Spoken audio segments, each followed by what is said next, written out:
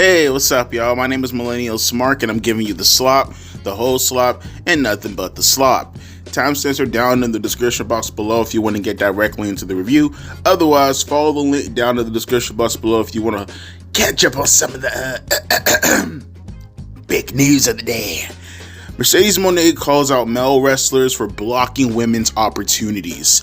Mercedes Mone debuted in AEW has significantly reshaped the promotion's landscape, and she is truly determined to change the face of women's wrestling in general. In fact, Mone has now called out male wrestlers for blocking women's opportunities.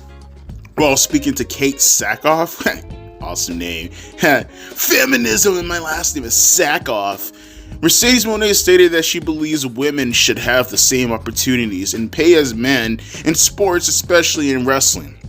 She pointed out that women already bring in as much money as men through TV ratings, merchandise, and ticket sales. Fans come to see women wrestling. No, they don't. Proving they deserve equal pay and screen time. Mone's goal is to create more chances for women to continue breaking barriers. She has made history many times, including being the first woman to main event a pay-per-view and the first African American woman to main event WrestleMania. She wants to inspire others by showing that if she can do it, so can they. She believes women should be among the highest paid athletes and get the same recognition as men. And I quote from Mercedes Mone, "My thoughts are, number one, we already do. Especially in the sport I'm in, pro wrestling. It's proven every week. It's shown in television ratings and merchandise sales, and in the fans who come to events, hold up their signs and buy tickets specifically to see the women. It's clear that we bring in just as much as the men, so why not get paid equally? Why not receive the same amount of TV time?" That's exactly what I'm here to do and to prove.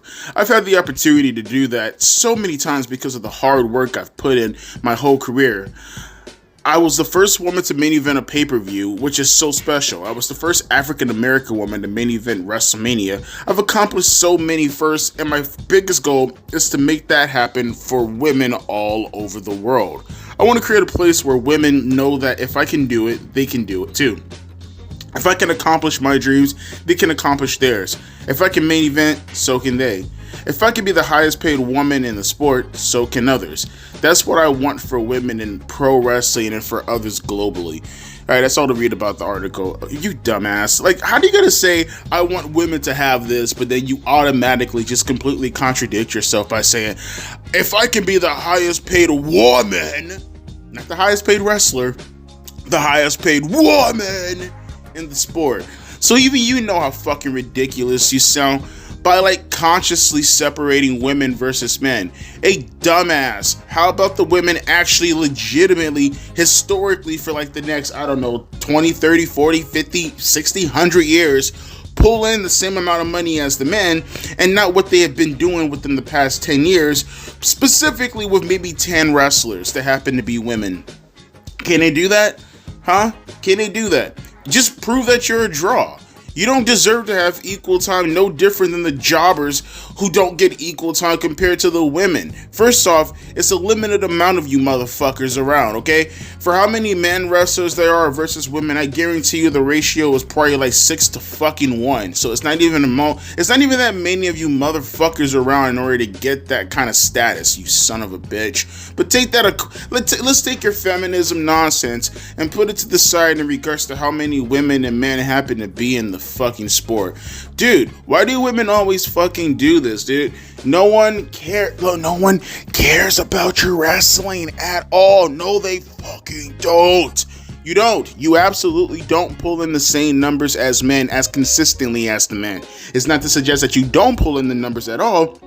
It's to suggest that you don't pull them in as consistently as the men. And if you're inconsistent, then you get inconsistent pushes. And you know who they typically push? The women who are typically drawing those numbers. Because here's the thing. A jobber man versus a jobber woman, the jobber man will always outdraw the jobber woman.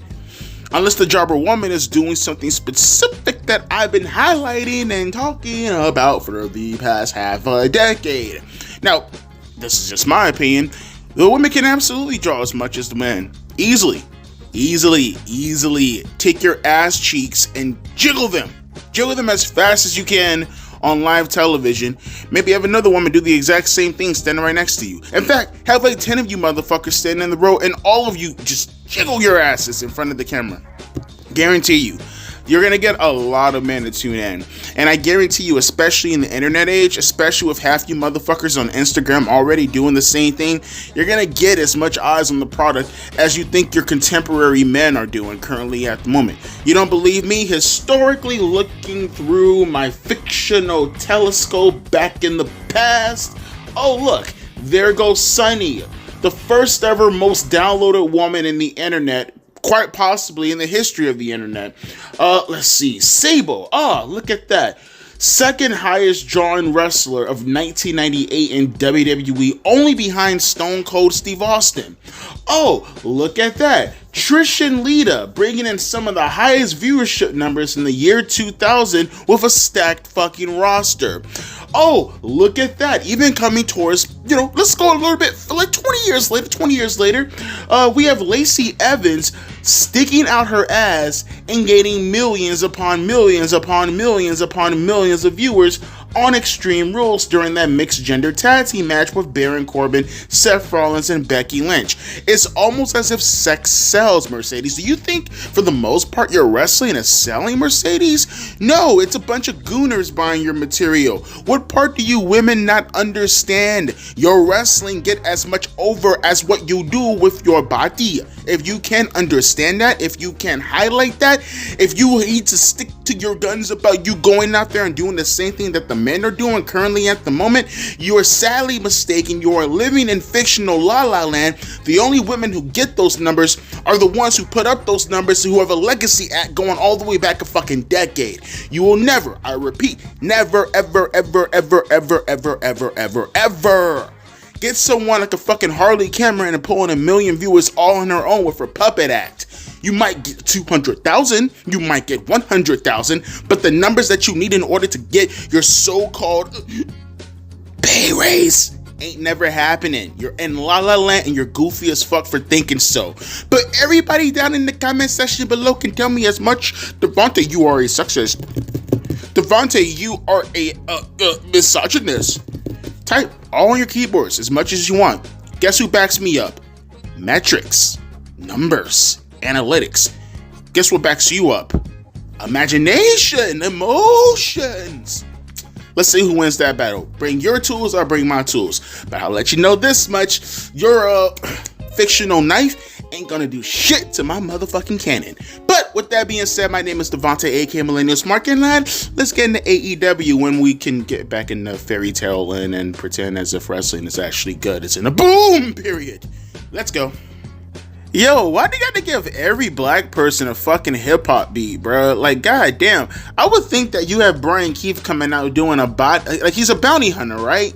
He has, like, the fucking Mexican garb on, like he's a cowboy from the 1800s and shit. Why the fuck is he still getting a generic-ass hip-hop beat? That's so stupid. At least do, like a I don't know, like a Lil Nas X type of deal where it's like country meets hip hop or something like that, just so it could stay true to the character. He comes out looking like fucking Jose Escuela from fucking Red Dead Redemption, coming out to some generic ass state facts and I state facts. My penis big and I hate facts. Look at this and I'm stating facts. Facts and I'm stating facts. These generic ass, lame ass 2025 stupid ass hip hop flow bullshit. I hate it.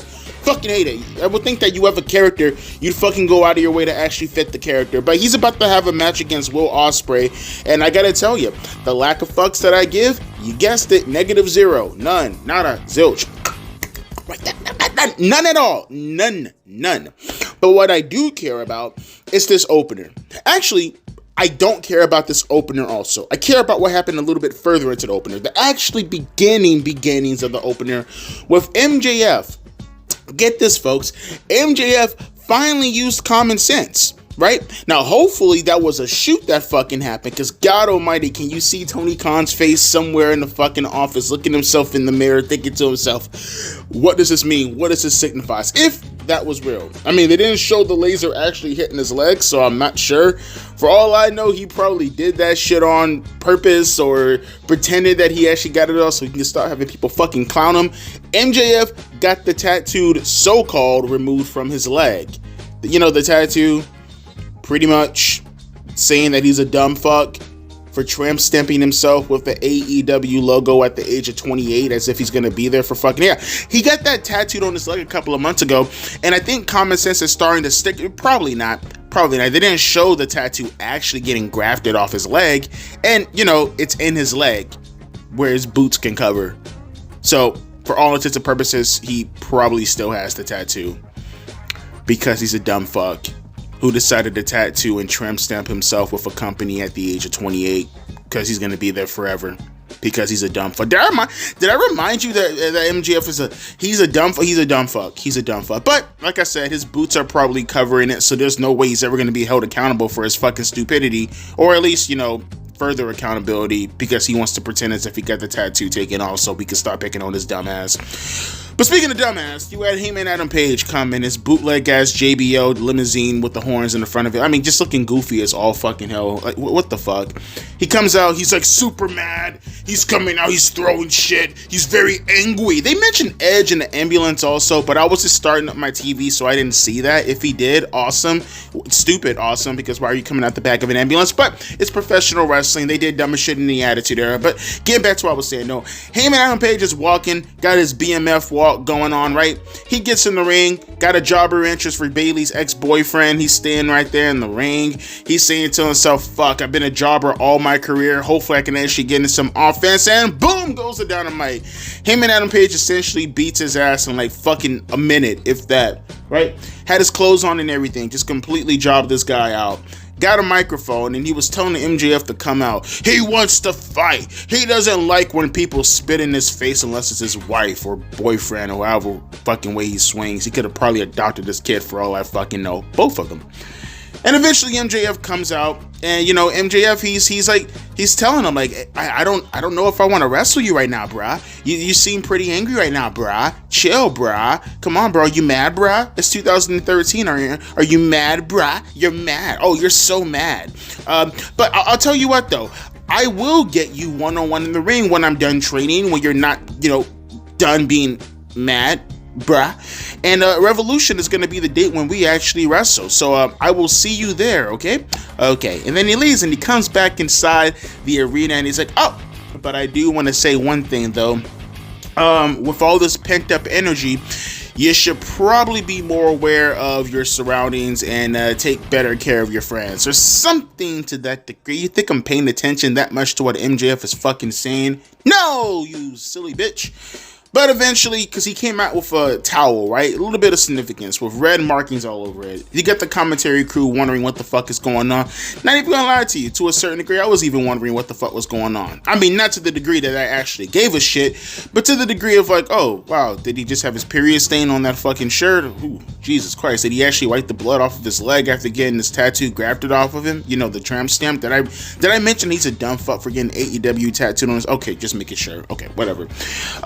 No, that blood actually came from Christopher Daniels, who was backstage, bleeding profusely in front of a cameraman, who apparently was just there to document his death. I don't know. I see shit like that all the time in professional wrestling. Never really understood. I mean, at least have people there checking up on with the cameraman aiming it at him or something like that, right? I mean, you have Christopher Daniels right there, and he's like fucking gushing blood in broad daylight in the middle of the fucking hallway. Like, did anyone stop MJF from doing what he did? Was it a one-shot kill? Did he attack him and beat them? I mean, literally, they're in the middle of a fucking corridor, for God's sakes. Like, maybe pick better locations so you don't look like a complete inept dipshit, AEW, because you're making all your fucking employees backstage look like sociopaths watching this man either A, get his ass kicked, or B, sitting there just bleeding the fuck out. Luckily, when he went backstage, because of course it took Hangman Adam Page and none of Christopher Daniels' so-called friends backstage to actually help him out, he carries a chair backstage and he sees Christopher Daniels bleeding profusely. Apparently, there were some sane people, some people with fucking hearts out there checking on Christopher Daniels, and as Hangman Adam Page is getting closer, they back up because that's the logical thing to do. And then Hangman Adam Page checks on him and he tells him, the logical thing, get back over here and fucking help him, you dipshit. You think I'm gonna beat your ass helping my friend? Get over here, help him. He's dying. He's literally bleeding. Like, what the fuck? I thought he's bleeding so much. I thought that was MJF's pussy over that fucking time. Fucking check on him. Check on him, you silly bitches. And that was pretty much the entire angle. Now, quite frankly, that was actually somewhat entertaining. To the degree that I would like to see it happening throughout the night. Who am I kidding? It's AEW happening throughout the night. A segment, linear storytelling, a theme throughout the night. What? No. Who the fuck am I to think that's actually gonna happen? No, that's not gonna happen, Devontae. That actually takes common sense. That actually takes logic. And it's AEW that we're fucking with, and neither of those things exist. But we happen to get a glimpse up in the little fucking what do you call it? The Ticketmaster section. What do they call this shit? The private room. And we got the the Don Callis regime sitting there all gay, touching each other's dicks, wondering what the hell's going on down ringside, and they're just curious. And Don Callis eventually met up with Chris Jericho backstage, and he said that he wants to send the Bounty Hunter to take on Will Ospreay in a one-on-one match. Because AEW is the alternative, and they're totally not WWE doing the bad things that WWE typically does, but even worse, because it's Will, who the fuck is he, Ospreay, and the Bounty, who the fuck is he, Hunter. So that's where we're at right now, and they're doing wrestling things in a wrestling ring with their flips and kicks, and Will Ospreay is actually giving him a match. And by the way, we're 30 minutes into this show. No, dead serious. Shoot, dead ass shoot. But with that being said, let's see what else is gonna happen throughout the night on this grand episode of AEW Dynamite. Bars, I know, bro. I love how we just got finished talking not too long ago about Mercedes Mone asking for women to get raises because they're more known than the man. They're bigger draws than the man. They're doing this. They're on par with the man. And then we have her come out. Mercedes Mone comes out, bro. And she's saying another random Japanese interchangeable woman. Like, literally, you could take all these Japanese women and just call them the same person, and I wouldn't know the difference. I wouldn't know the difference. They're all the most generic carrot catchers. I don't even... Look, I know there are some people out there who fucking love women's wrestling, more in particular the Joshis. I can't tell them apart. I honestly can't. I'm not just talking about just their looks. I mean, that's already bad enough. But their personalities, there's just... I don't see the difference at all. They're all the fucking same person. They're the same woman, bro. Whatever. Nevertheless, though, fucking Mercedes Horseface comes out and she's like, I gonna face you, Momo, at Revolution, and you're gonna come out here and you're gonna choose me. You're gonna choose Mercedes Mone. Go, you don't know who you're messing with right now, okay? Okay, I'm gonna knock you as far back as my hairline. Like, dude... Why are we doing another Mercedes Japanese woman match? Like, every fucking time I look around, this Mercedes Japanese woman match. Oh my god. But going back to what I was saying, so I'm kind of getting off course here. She just got finished talking about how all the women deserve recognition. And this random fucking SJW pops up, right? Fucking random caricature SJW looking like a straight up fucking definition of false accusation looking ass bitch comes out here, right? Purple hair and everything. Like, she looks like if you stare at her too fucking long, you're gonna catch a case and Twitter's gonna erupt in mass eruption talking about how she was 17 and you touched her in Minecraft. How dare you touch her in Minecraft? She was 17 and you were 19. You're a rapist. She looks like that kind of person. I don't know. She just kind of gives me that she gives me those kind of heebie-jeebies. Nevertheless, though, I don't know who the fuck she is. She says her name is Billy Starks, but I'm gonna start calling her FA for false accusations. So FA apparently is she's insulted because Mercedes Mone, she like flipped her cup or whatever the fuck she had in her hand full of water into her face, and FA is like, I'm not gonna attack you, I'm not gonna hit you, I'm instead gonna ask, what's your problem? What the fuck you think her problem is, huh FA? What do you think her problem is? You're right there. Like, do you not understand? Are you retarded? Huh? Mercedes, come get your girl. You're talking about credibility and women are this and women are that. Apparently she doesn't know who you are. Apparently she doesn't watch television. Apparently she doesn't believe you deserve the money that you're getting because according to your guidelines, she has no clue who you are or who your character is because she otherwise wouldn't have asked that dumbass question. In fact, as a professional wrestler who I didn't even know that's what she was also. Again, I thought she was a Minecraft streamer. I would have thought she would have attacked you, but never mind. Fucking Chi-Chi comes out with a bat. And she chases off Hairline Monet, and here we are now. Right, here we are now. But, reverting back, we did have a match, like I said, with the Bounty Hunter and Will Ospreay that bored me the fucking tears. Will Ospreay won the match. What the fuck else were you gonna think happened?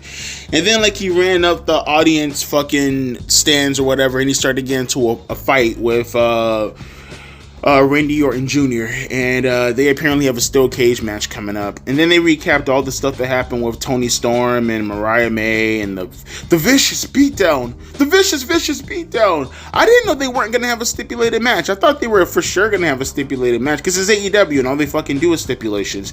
Actually, kudos to Tony Khan. It's like he's taking the advice of, normal people or an actual fucking booker, and he stopped spamming all the gimmick matches on pay-per-view. The only gimmick match I see so far on Revolution is a steel cage match with Will Ospreay and fucking Kyle McIntosh. I don't know his name. He just looks like that. And that's good.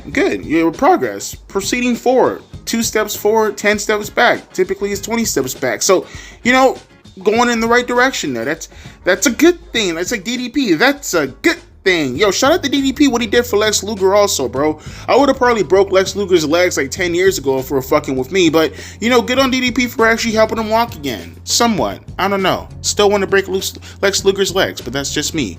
And, like I said, we have this match right now with the, who are they? What the fuck is that? Oh, yeah, fake Chris Benoit, who gets his ass beat by women, Brian Cage. So I guess it's him and, Vance Archer, Lance Hoyt, looking at as boy, going up against the Gay Runners in a tag team match for what? I don't know. We're the best wrestle, guys. The best tag team wrestlers, guys.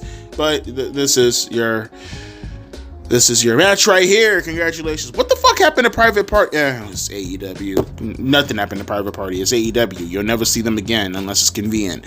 Alright, getting back to the show that I don't want to watch. Wow, this was all so gay. They had an opportunity to be different. They could have been different. They should have been different, but no. They're a bunch of pussies. They're a bunch of pussies. They copped out. Let's go over a couple of these things real quick, just to get some of the bullshit out of the way, and then we'll talk about the whole Jon Moxley, Death Riders, Dick Riders, Edge stuff.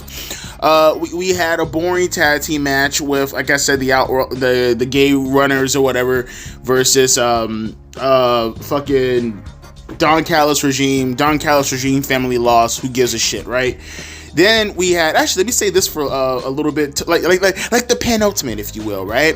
We also had a bit of a backstage stuff with Hangman Adam Page because, of course, this is their follow-up. Like when I say do it throughout the night, no, this is their follow-up. Renee Patty Cake catches up with Hangman Adam Page and asks them, what is going on with MJF? And then Heyman's like, he left the building, and if I catch him, I'm gonna run him over with my car.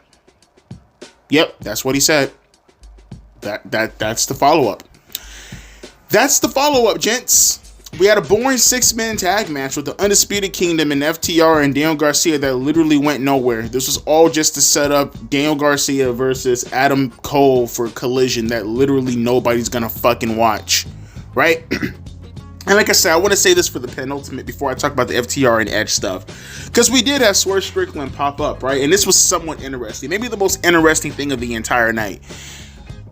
What's his name comes up? Swerve Strickland.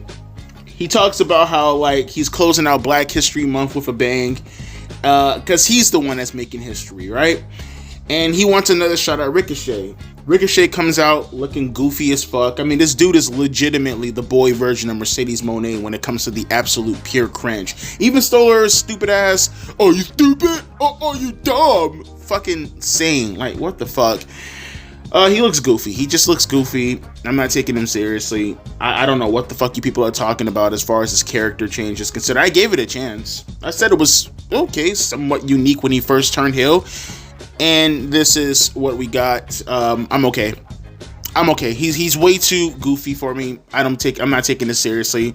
People are trying to, draw comparisons. I seen someone making a comparison to him and Brian Pillman back in 1996 when he first joined ECW. Sure, Twitter, you can make that comparison, and I can also fuck your mom in her mouth. I mean, why not? What's stopping me? Ain't nothing stopped you from being a psychotic moron, so what's gonna stop me from being psychotic and fucking your mom in the mouth? Like, I don't know, right? I'm just saying. You make dumb fucking comparisons, that should be the results. I don't know. Maybe that's just me, though. But essentially, Swerve Strickland said, I want a shot. Ricochet said, you can go fuck yourself. And then you had Prince Nene. He was like, hey, if I talked to Tony Khan, and he said, he'll let you guys should have a number one contender shot. If you have your match at Revolution, you can get a number one contender shot, and then you guys should be happy. And then I'm just running his dumbass mouth. And Ricochet was like, okay, sure, I'll take the title shot. So at Revolution, it's going to be him and Swerve Strickland, a number one contender shot for the AEW World Championship, which is a unique stipulation, I guess. I mean, kind of hikes up the match in importance, I guess. I mean, kind of comes out of nowhere, but it is what it is. But I found this part a little bit interesting because after Rika Gay left, you had Prince Nene, and he was talking to Swerve, and he was like, buddy, all these months with the bullshit with Danielson, and then the bullshit with the Hurt Business, and then the bullshit with Ricochet, and all this nonsense. Like, dude, he took my robe.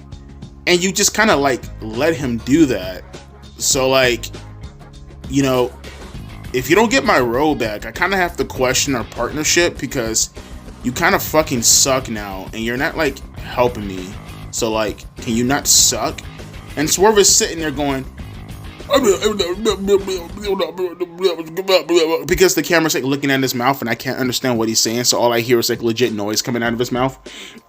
And it's okay, cool. So like I said, heightened up the story a little tiny bit. That's good. That's more than I can say for the rest of this night so far. And now we get to the main event of stupidity. The Dick Riders. The good old Dick Riders. Right? You had Edge. He's backstage and he's fighting Cesaro, right? They make their way out into the main parts of the arena. They're fighting. Out comes fucking Willis Yuta, right? Willis Yuta come out and he attacks fucking Edge. And you have him and you fucking have fucking Mein Kampf over here jumping him, right? And they're beating the dog shit out of him. Then Vladimir Putin girl version comes out and then they all start jumping them together, right? And then out comes Jay. Oh, look, he's here. Gay White, as I like to call him. Gay White comes out with his boring ass entrance and his boring ass persona and his boring ass aura, just completely sucking the life out of the entire arena, or what life is left in the arena. He's distracting the Dick Riders, right? Edge, by himself, takes out the entire Dick Rider stands, right? Just take them all out, just beat the fuck out of them, right? He eventually gets a chair and he hits a concerto on Mein Kampf. And then Jon Moxley, speaking of Mein Kampf, comes out, right? Fucking staring at them, beating the fuck out of his Dick Rider stable, right? Edge gets jumped on from behind by girl Vladimir Putin. And while she's trying to choke him out, she throws him. I thought at first this was going to be, I mean, maybe it's just me. Maybe I'm thinking too deep here, but I thought Beth Phoenix was going to come out for a second, but apparently not.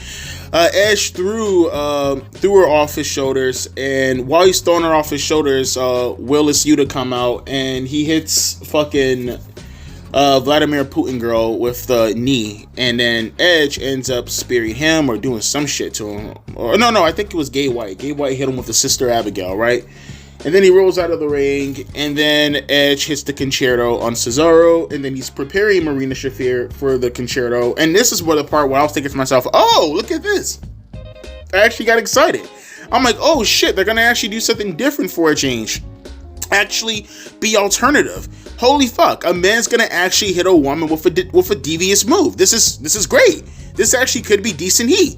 I mean, never mind the fact that this is all happening in the middle of the card, and you could have done this in the opener, and this could have been a caveat, maybe an angle happening within this as far as a caveat is considered, or this could have been how you went off in the air. But I'm not going to sit here complaining. This is good. I want to see what Edge is going to do to Marina Shafir to kind of get under Jon Moxley's skin. Willow Nightingale comes out, and she's the one to do the concerto. They pussied out. They copped out. Devontae, I mean, do you expect WWE to... That's the point, dickhead. Yeah, I was thinking that AEW was going to do this and actually be an alternative. But instead, they copped out like a bunch of pussies. They copped out like a bunch of mealy-mouthed pussies. They did. They absolutely did.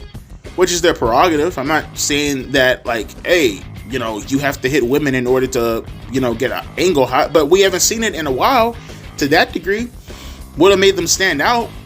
Would have been something that probably would have been a talking point throughout the wrestling community. Maybe. You never know. Edge hitting the concerto on a woman in 2025 with this generation right here? I mean, for people in my generation, we would have probably been like, oh, wow, I haven't seen that in a while. For this generation, they would have probably lost their fucking minds. But no, they copped out. And instead, Willow Nightingale did it. And now this whole thing has absolutely no meaning to me whatsoever. And now it's just the World Championship being smacked down in the middle of the fucking card. Not even at the top of the hour. Just smacked down towards the middle ending portion of the card. Because it's already 9:35 right now. We have Harley Cameron versus Deonna Purrazzo with the worst fake looking punches I've ever seen in my life. I'm not reviewing that match. Neither one of them have any ass anyway, so who cares? This was gay. The only good thing about all these segments was probably Swerve Strickland. And even that to a certain degree was If that's the best you got, that just tells you the extent of how bad the show is so far. But, you kind of get immune to this shit after a while, right? Bash show after bash show after bash show. You just get used to it after a while. But, yeah, this show's terrible so far. And from the looks of it, because it just dawned on me right now, that Konosuke Takeshita and Orange Cassidy, that's going to be the main event, ain't it? That's definitely going to be the main event. So we're going to see what else is going to happen, and I'm probably going to end this recording and end this review before that match happens, because there's no way I'm going to waste my time on the International Championship. But because I got more to say about that, we'll talk about that during the main event in itself. Let's see what else is going to happen before we actually get to the main event, before I talk about that, okay? Okay. Fucking pause it! Okay, so literally nothing happened. They came back from commercial break, and you have Edge, you have Gay White, and you have Willa. Willa! They're all like fucking hitting the ambulance and telling the rest of the Dick Riders, so long, see you later. So all Moxie has left is Willis Yuta. So there you go, right there. Can I rant for a little bit? Not necessarily rant, but like talk. Let's say talk. Because right now, they really did put Orange Cassidy. They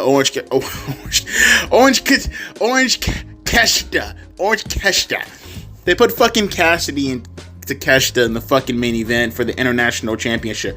So let me see if I understand this logic real quick. I just, help me out here. Could I be wrong? I have Takeshita coming out right now. I just want to see if I'm wrong here. Nope. Okay. I thought I was wrong for a minute. Because here I thought to myself, this was a number one contender shot.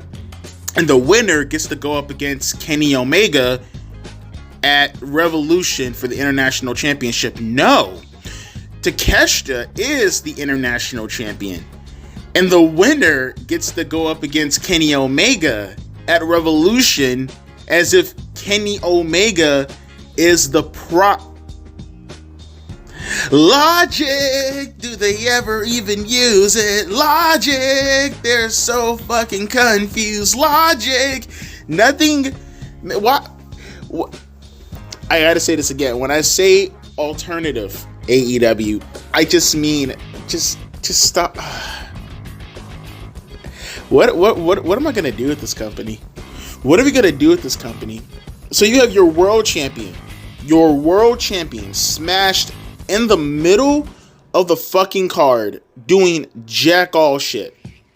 We didn't get any talking points in regards to the world champion for like an hour and a half, just to randomly bring it up and then like you touch on it one time, and then like you come back to follow up as far as them leaving in the ambulance, and that's it. And your main event is not just Orange Cassidy, but it's the International Championship. So I guess now the International Championship is now number 2 again. Because at first it was a TNT Championship when Edge and Christian were feuding over it. Which, by the way, Daniel Garcia is the TNT Champion. I know, I forgot too. But I thought it was Kazuchika Okada, the Continental Champion, because, you know, they just had the tournament, and it's Kazuchika. So I thought maybe that was the... But I guess now the International Championship happens to be second now because it's main event. I don't get... Oh, Takesha, he's eating Orange Cassidy's glasses.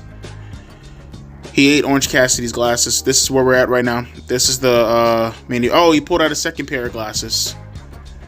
Yep, folks.